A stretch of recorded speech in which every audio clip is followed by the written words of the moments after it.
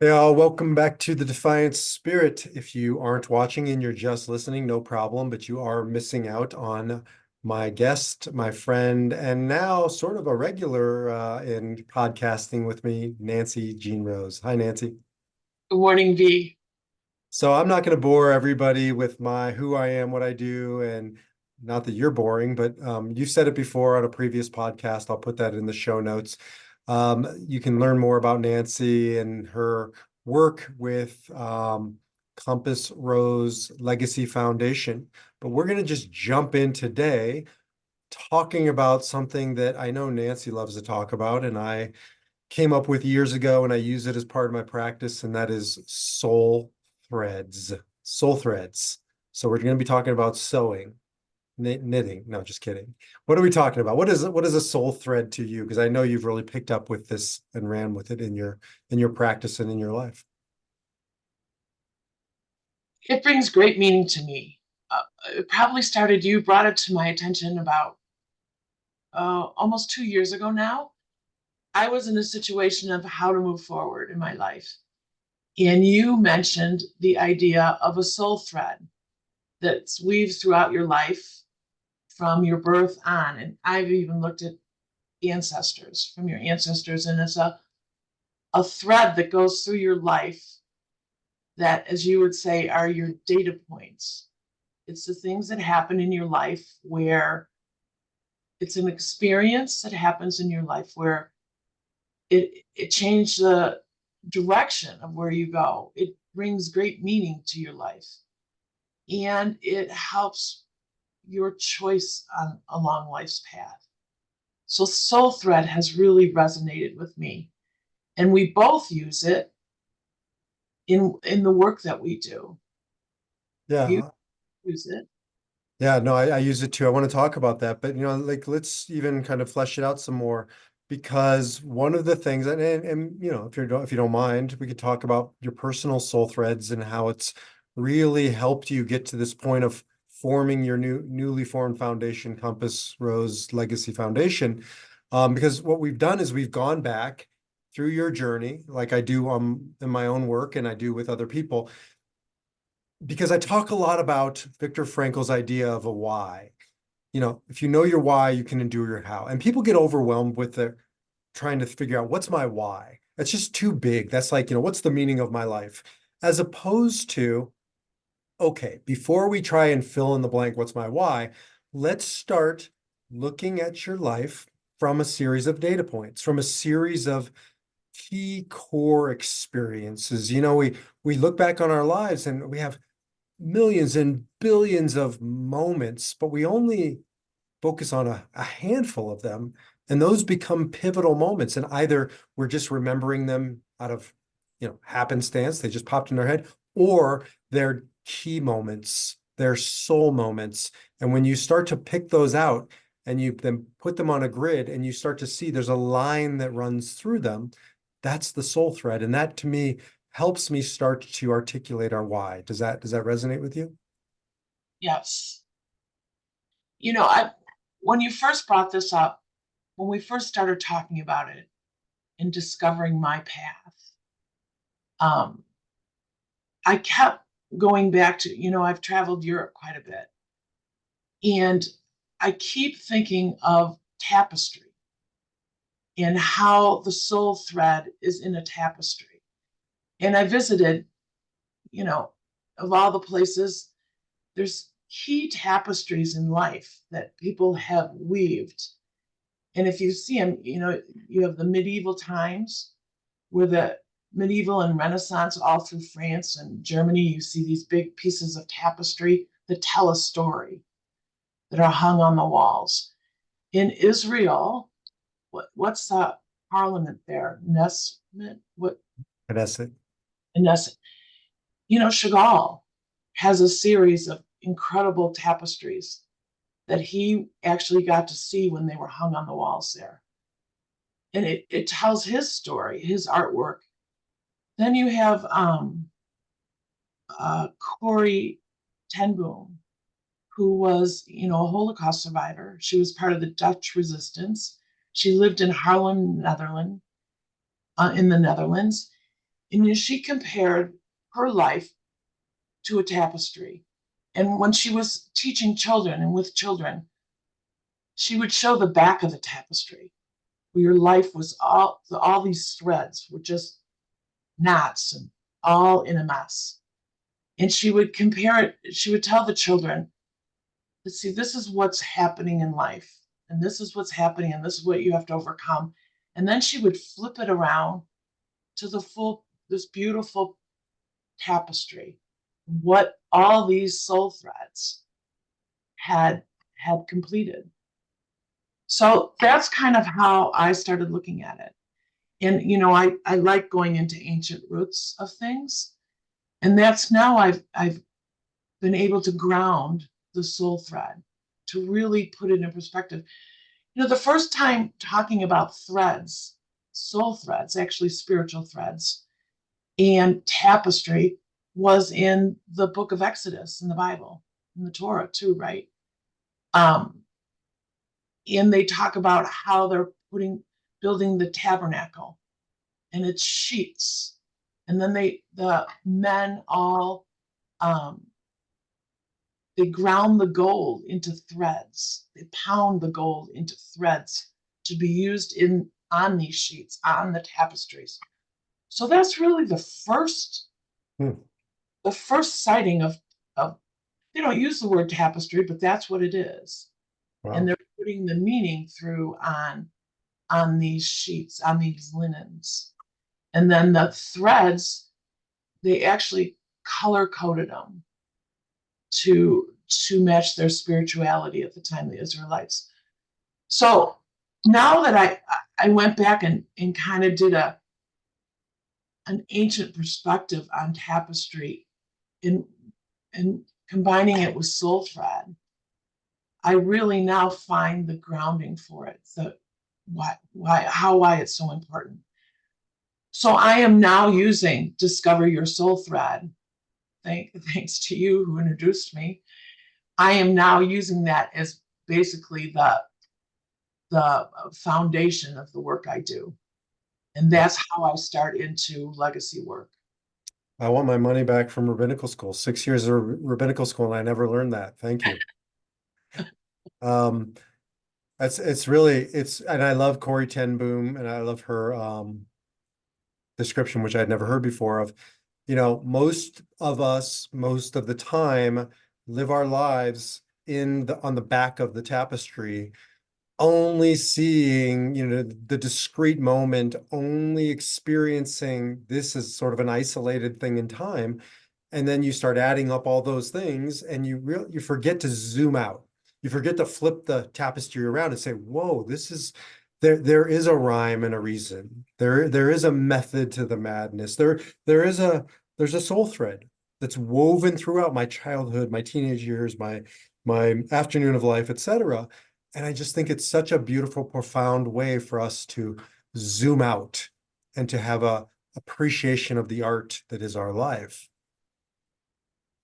Yes.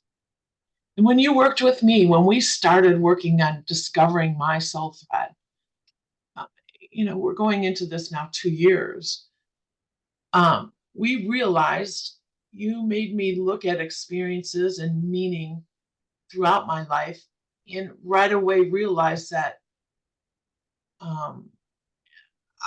my soul thread, or we sometimes refer to as soul contract, really was of the caring arena, being there, especially with those that were dying or in trauma. I can chart it all the way back to I was 8 years old, and that experience then, and then the steps that went on. When I first met up with B, I had gone through quite a bit of trauma and death of family members, and I was frozen, and I was still working. My mother was at her end of life and starting dementia. And I was frozen and didn't know how to respond any longer. So when I met with B, that's where I didn't want anything to do with caring anymore. I was almost at the point of I had to walk away from my mother, which I would have never done, but that's how I felt. And B had me look at my soul thread. We discovered my soul thread points throughout the, I always call them cross stitches. We realized how it just was a part of me. And maybe I was a little um, overextended, or my cup was too full. So B had me pour some of the stuff out of my cup and then really look at the full picture, the tapestry of my life.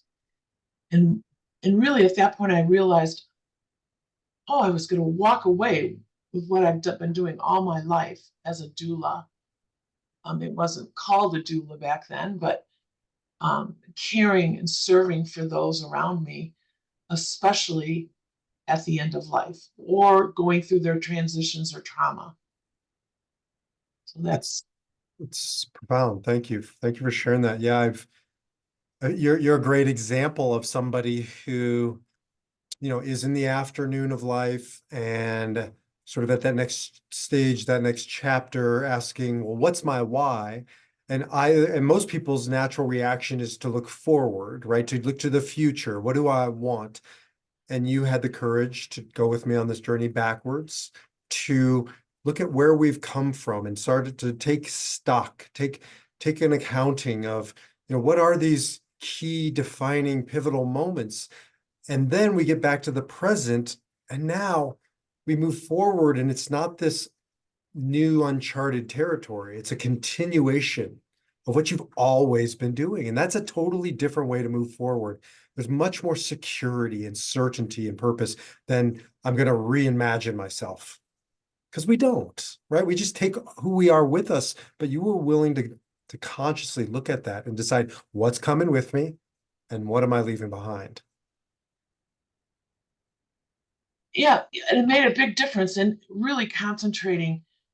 Once we reviewed those experiences and went through them and then got to the present moment, we took those and then really focused on the present. We were able to take those the soul thread, and I was able to really define my why. I mean, I have been able to zero it right down to my why. And it gave me strength and resilience to step forward and have confidence in who I was. Mhm. To use, this is going on to another path, but you saw me, and many people never really saw me or witnessed my path. Maybe it's because of the work I do. It's very private and confidential with clients, but you were able to actually help me continue the stitching of my tapestry. Well, thank you. That's an honor. That's what I live for but one of the reasons why I think I can see you is because in this work that we've been doing, one of the things we do when we go back, we just start stripping away the noise. We start stripping away, it's that famous teaching that I share a lot. Somebody asked Michelangelo, how did you carve David in the statue? And he said, I didn't carve David into the statue. I removed everything in the statue that wasn't David. David was always in there. And to me, that's a data point or a soul point where we go back to a moment and we start stripping away all the noise, all the variations of Nancy, the versions of Nancy, the expectations of Nancy upon herself, from her parents, from her siblings, etc. And you get down to this raw in the stone, there she is. And then you do that again at age 10 and 15 and 20. And you start to see it's the same statue. It's the same Nancy. True Nancy doesn't change based on the circumstances, just the crap that she hides behind us. Right. And so now we start stripping that away. And here we are in the present. You're the same Nancy as that 5-year-old Nancy. That's the true Nancy. And that's an interesting point. You have all these, the soul thread, the characteristics of your characteristics and your um, personality in a way is somewhat the same. We might change our, like you would say, our appearance or our where we're living or our locations. But if you look back to the beginning, our soul threads still, they're still the same. Yes, the mission changes, the vision doesn't in a business. Your vision is that's rock solid. It'll never, but you might pivot at this chapter in your business stage and that chapter. Same is true with life. Our mission pivots. You weren't married, you are married. You didn't have kids, you now have kids, etc. Your parents are alive, the parents are dead. The mission changes, the vision stays the same. So the vision is the soul thread, and the mission of the data points. A personal example, I like to also share personal. One of my earliest memories is my mom and my dad got in a fight over me. I did something. I know it's hard to believe as an Enneagram 8. I know it's hard to believe I might have disrupted the status quo. My sweet little sister, I know, an Enneagram 9, always bringing peace, but not me. So once again, they're in a fight. My dad had my back on that one. And I remember he was slept on the couch. And I was 8 years old, maybe, I don't know. And I just felt this deep pain, like I needed to take care of him for being my guy. And I just remember putting a blanket on him when he slept on the couch. And then I ended up sleeping on the couch next to him. Fast forward now, 40 some odd years later, and I'm writing a book. And what am I writing a book about? Putting my dad to bed, right? Helping him find rest. And I'm doing it by helping other men in particular find rest. And so nothing's really changed. It's just the form has changed, but the thread is still the same. Yeah. And it was so important to me in us working together. That's why I really made it the foundation of the company now. It's the main thing. And then to branch off from there to work with people. When people, especially, I work with a lot at the end of life, those who have had diagnosed with a terminal illness, or those who are aging, or those now the last week it seems like I've been working with a lot with dementia. And the only way I can move forward with them to do their life review is if I know who they are, if I discover their why, if they discover their why too. I mean, we work together. And that's the way. That's the way to sit with someone at the end of life and say, let's reflect back. We look at the regrets too. Often there are regrets. So we work through those regrets and see how that those regrets had meaning or changed their life path. And we work through it as of many ways of saying, okay, we've acknowledged this, forgiveness, and moving forward. But it's all part of their legacy story. And in the end, we come together and they're very satisfied with knowing they have this to pass on to generations to come. Their values, their traditions, their important they're important stones in their life of why and who they are. It's so powerful. As you're talking about helping people confront their regrets, it's a healing process to do that. And because what you have now is something bigger than just going back and picking it apart and beating up, yourself and whatever. We're going back to see, where did I leave my thread? Right? Because those are the regrets. When was I not my true self? When was Nancy not true Nancy? She was a false Nancy. And that's leaving the thread. And we do that so we can come back to the thread and come back to the thread and come back to the thread. And that feels worthy of revisiting. And it strengthens the thread. And the other piece of it is, for when you're talking, I hear it also, at the end of life, gives people a realization that the thread doesn't end. It doesn't stop now because I physically won't be here. It continues on, and I'm handing over a ball of yarn to my children, and they're going to continue this thread, and they're going to continue this thread. Not to mention, we do our own work on the other side. but it just gives people a greater context to do this work. And I saw it in you, and I continue to see it in you, and a passion to do this work. Not, I'd like to think, oh God, it's my weekly call with B. There are those moments. I know, but not all of them. Most of them, no. Some, yes. You know, I had a personal experience in the last couple of months. My mom passed away about a year and a half ago, and I'm now looking at my own personal. B and I are working on a program called Carry the Fire, where you carry the light of your loved one forward, um, their traditions, their values. Well, I was looking at my mother and thinking, what kind of creative legacy project am I going to do for Carry the Fire for my mother to honor her and to remember her? My mom always, we called her Mrs. Hallmark. She sent us cards all the time, all the time. I mean, and in the cards were little pieces of advice or a cartoon, sometimes maybe $5. But there was always something, and she always emphasized love one another. And so I compiled all these cards. There's over, I know it turned out to be well over 200 cards, and the scans, because of everything put in it, was well over 400 or 500 scans. So I was going through all this, and there was a regret in my life that I felt like maybe my mom and I really didn't love each other much. I was an only daughter, but I was really a father. I was daddy's little girl.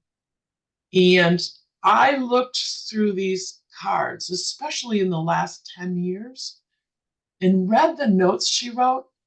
Wow, that soul thread of love one another. That was her soul thread. Love one another. Love your brothers. She loved me.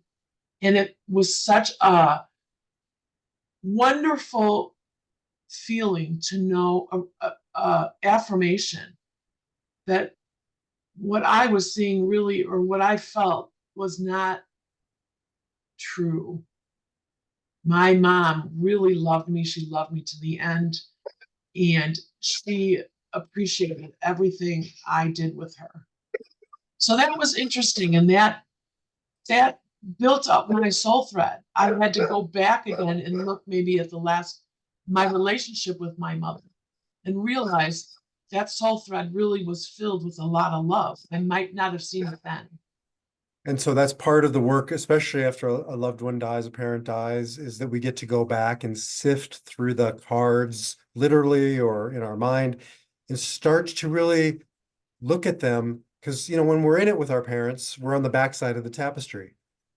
We just can't, we just see data points, but we don't see the line. And then you flip it over at this retrospective spiritual work that you've been doing, you start to see, whoa, there's a beautiful pattern here. And I was too young to see it. I wasn't the true Nancy to see it. But then also I hear that is my soul thread as Nancy is now Compass Rose Legacy Foundation of helping other people see in ways that I couldn't see. So you're continuing on this journey, and in doing that, you're healing that young Nancy, you're healing your relationship with your mom, and you're giving people this gift of legacy. It's beautiful. Yes. And when I was serving, when all my family, I was in senior homes a lot, hospitals a lot. And that's when I realized I can't be the only one to do this. I need to talk about this and be the messenger, because we have senior homes around here right now that the need is out there. People want to sit, tell their story. They want to look and find their soul, and they want it recorded for generations to come. Their reason, their why, their life review. And so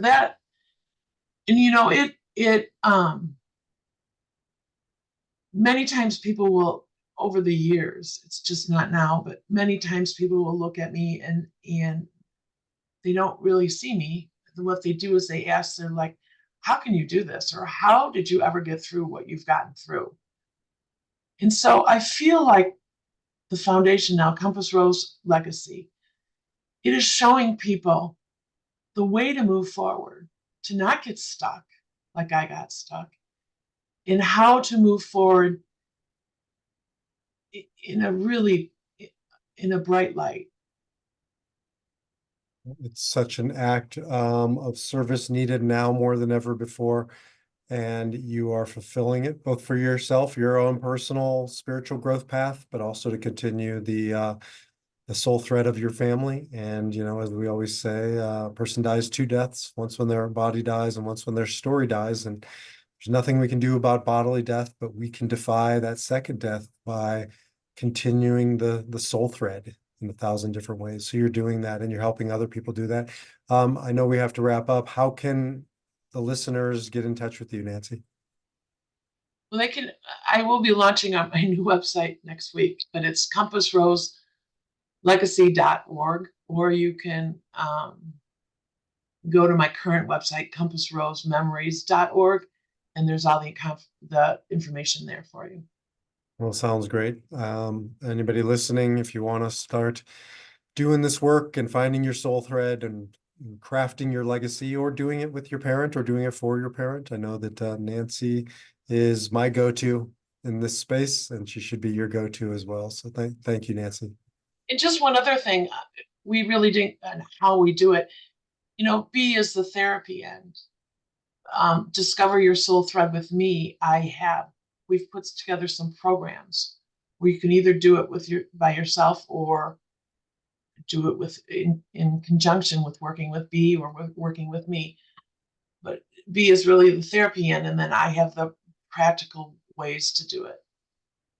Well, thank you. Yes, it's an honor and privilege to work with you. And I know we're just at the beginning of many fun, exciting, and meaningful collaborations. So stay tuned to all of you listening or watching, and mark my words, we will be back on this video together again. Until the next time, defy your number and live your spirit. And discover your soul thread. And have a new add-on, discover your soul thread. Okay, thank you. Thank you, B. Thanks, Nancy. Bye.